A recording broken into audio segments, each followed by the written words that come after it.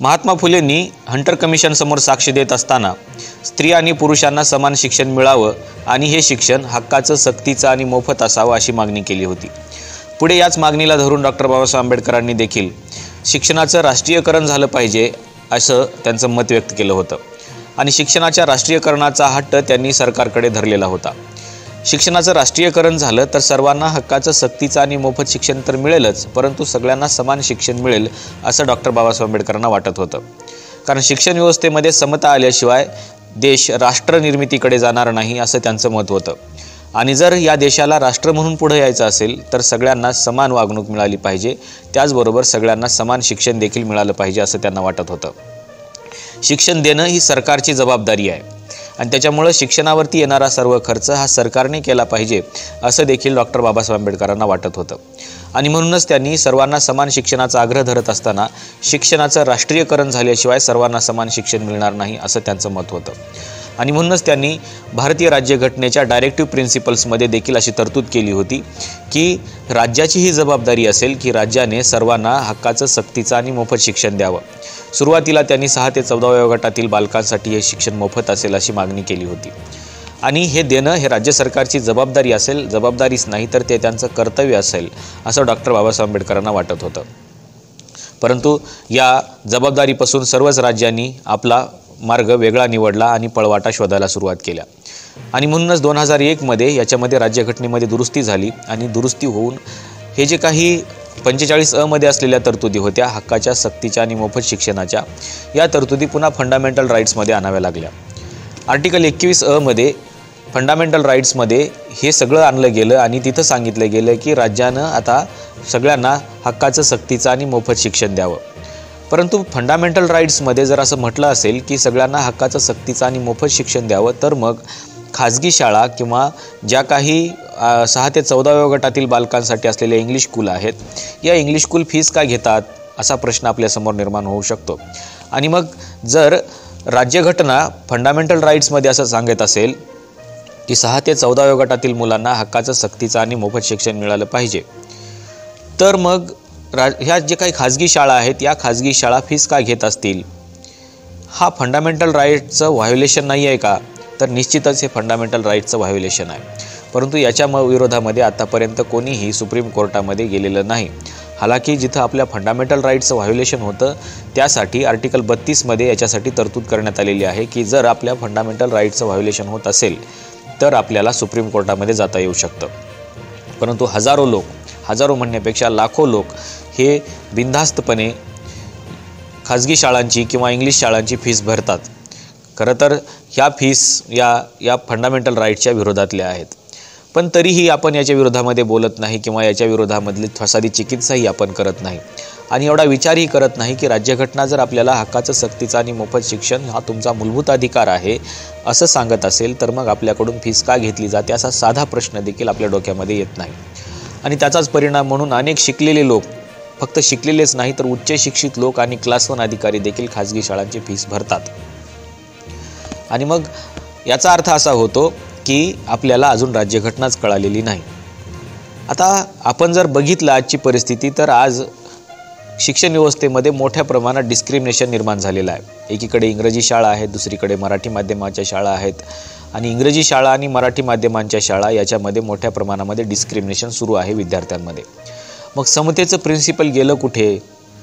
समता प्रस्थापित कशी होईल? आणि म्हणूनच महात्मा फुले असतील किंवा डॉक्टर बाबासाहेब आंबेडकर असतील यांनी शिक्षणाच्या राष्ट्रीयकरणाचा आग्रह धरला, कारण शिक्षण व्यवस्थेमध्ये समता आल्याशिवाय इथं राष्ट्रनिर्मिती होणार नाही किंवा इथे समता प्रस्थापित होणार नाही। परंतु हे मात्र झालं नाही। अनेक योजना आलेल्या आहेत आणि त्या योजनेच्या माध्यमातून शिक्षणाचं प्रमाण वाढवण्याचा प्रयत्नही केला जातोय, पण जो काही खर्च शिक्षण व्यवस्थेवरती होतोय हा खर्च देखील मोठ्या प्रमाणामध्ये वाढत जातोय। आता एक चांगली बातमी आपल्या हातामध्ये येते की मुलींचं शिक्षण हे मोफत होणार आहे।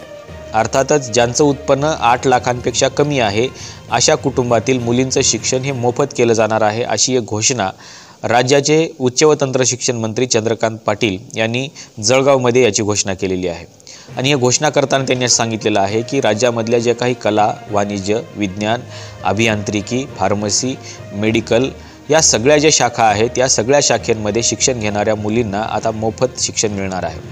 हालाकी या सगळ्या मुलींना हे मिळणार नाही आहे, पण ज्यांच्या कुटुंबाचं उत्पन्न हे 8 लाखापेक्षा कमी आहे अशा मुलींना मात्र ह्या योजनेचा लाभ मिळणार आहे। आणि याच्यावरती तुर्तास आता महाराष्ट्र शासनाचा GR आणखीन आलेला नाही आहे, पण ही घोषणा मात्र त्यांनी केलेली आहे। यापूर्वी मुलींसाठी हे शिक्षण मोफत होतं का, तर काही प्रमाणामध्ये ज्या की गव्हर्नमेंट इन्स्टिट्यूट आहेत किंवा ग्रँटेड इन्स्टिट्यूट आहेत याच्यामध्ये फ्री होतं, पण आता शासनाने असा निर्णय घेतलेला आहे, शासनाने म्हणण्यापेक्षा उच्च शिक्षण मंत्र्यांनी अशी घोषणा केलेली आहे की राज्यामध्ये असलेली जी काही खाजगी महाविद्यालये आहेत आणि अभिमत विद्यापीठं आहेत, या विद्यापीठामध्ये शिकवल्या जाणाऱ्या सर्व कोर्सेसमध्ये देखील या मुलींना मोफत शिक्षण मिळणार आहे। अशी किती कोर्सेस आहेत महाराष्ट्रामध्ये, तर महाराष्ट्रामध्ये अशा ज्या कोर्सेसना मंजुरी मिळालेली आहे या कोर्सेसची संख्या आहे 842 इतकी। या 842 कोर्सेसपैकी कुठल्याही एखाद्या कोर्सेसला जर एखाद्या मुलीने प्रवेश घेतला असेल तर तिची पूर्ण फीस ही शासन परत करणार आहे, म्हणजे 100% फीस परतावा करणार आहे असं शासन म्हणजे राज्याच्या शिक्षण मंत्र्यांनी सांगितलेलं आहे। आता बरीच फीस या कोर्सेसला आहे, तुम्ही जर बघितलं तर कला वाणिज्य विज्ञान महाविद्यालयामध्ये फीस कमी आहे, परंतु अभियांत्रिकी असेल, फार्मसी असेल किंवा मेडिकलचं एज्युकेशन असेल तर या सगळ्या एज्युकेशनची फीस खूप मोठ्या प्रमाणामध्ये लाखोंच्या घरात आहे आणि ही फीस आता शासन 100% परत करणार आहे असं शिक्षण मंत्र्यांनी सांगितलेलं आहे। ही एक चांगली बाब आहे। इतकंच नाही तर खाजगी आणि अभिमत विद्यापीठामध्ये शिक्षण घेणाऱ्या मुलींची देखील फीस शासन परत करणार आहे। या अनुषंगाने मुलींच्या शिक्षणाचं प्रमाण मात्र इथं वाढणार आहे असं शिक्षण मंत्र्यांचं म्हणणं आहे। मुलींच्या शिक्षणाची जी गळती आहे त्या गळतीचं प्रमाण आता थांबेल असा अंदाज शिक्षण मंत्र्यांनी व्यक्त केलेला आहे। यापूर्वी मुलींच्या शिक्षणावरती जवळपास 300 कोटी रुपयांचा खर्च होत होता, परंतु आता असं जर झालं तर शासनाच्या तिजोरीवरती जवळपास 1000 कोटींचा ओझं येणार आहे असं त्यांनी म्हटलेलं आहे।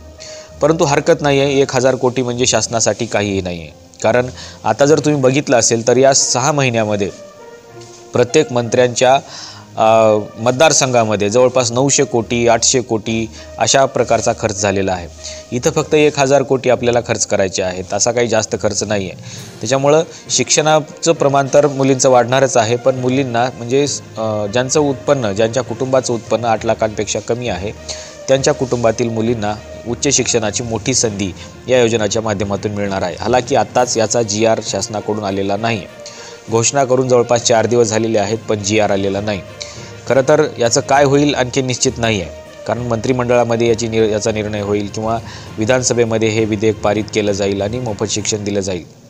या योजनेच्या अंतर्गत फक्त कला वाणिज्य विज्ञान अभियांत्रिकी किंवा मेडिकल कॉलेज इतकंच नाही आहे, तर डिप्लोमा कोर्सेस देखील याच्यामध्ये मोफत करण्याचा निर्णय शासन घेणार आहे।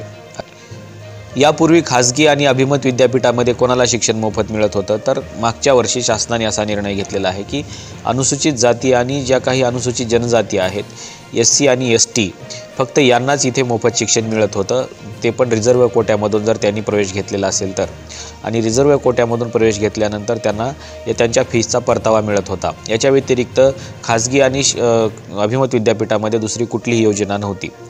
आपण जर महाराष्ट्रातल्या शिक्षण घेणाऱ्या मुलींचा रेशो बघितला तर आपल्याला असं दिसेल की 2020-21 मध्ये 20,54,252 इतक्या मुलींनी विविध पदवी आणि पदव्युत्तर अभ्यासक्रमासाठी प्रवेश घेतलेला होता। आपण जर 21-22चा आकडा बघितला तर याच्यामध्ये मात्र 19,240ने कमी झालेली आहे, अर्थातच 20,35,012 इतक्या मुलींनी प्रवेश घेतलेला आहे। दिवसेंदिवस हे प्रमाण कमी होत जाणार आहे, हे लक्षात आल्यानंतर शासनाने ही योजना जाहीर केलेली आहे। आता या योजनेचा परिणाम शासनाला असा अपेक्षित आहे की शिक्षणामधलं मुलींचं प्रमाण वाढलं पाहिजे।